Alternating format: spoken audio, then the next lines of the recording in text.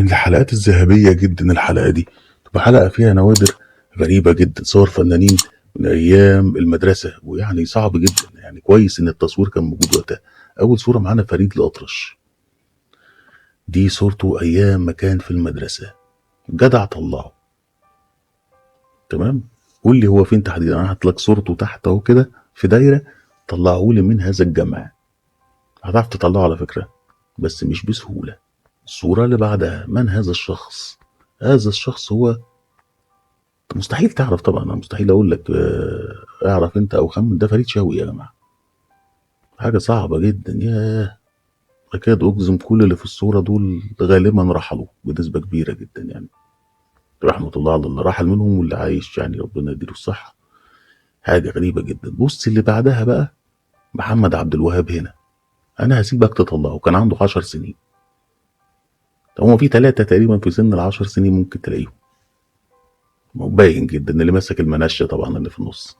حلقه صعبه جدا انا عارف، ان انا ايه اسيب لك كده مين يعني، وتخترع انت بقى وتكمل انت عن نفسك. طبعا من هذا الرجل؟ انه يوسف وهبي في مرحلة الشباب. صعبة جدا. طيب مين دي بقى يا جماعة؟ اللي يشوفها بالشكل ده يقول لا يمكن لما تكبر تبقى جميلة أوي كده، لأنها ما كانتش حلوة أوي وهي صغيرة. دي نادية لطفي. مستحيل اللي يشوفها بالشكل ده يقول إنها هتكبر وتبقى حلوة. مين دي؟ شكلها اتغير خالص برضه لما كبرت. دي ليلى مراد. حاجة بص لا يمكن، صعبة جدا التخيل يعني.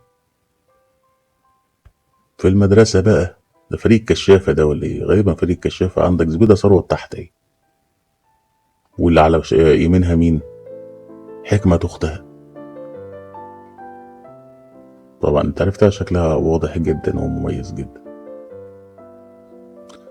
دي حلقة ذهبية جدا، ودي كانت الصورة مع النهاردة. ما تنساش تشترك في القناة وتفعل الجرس ودوس لايك لو الفيديو عجبك، وانتظرنا في الحلقات الجاية.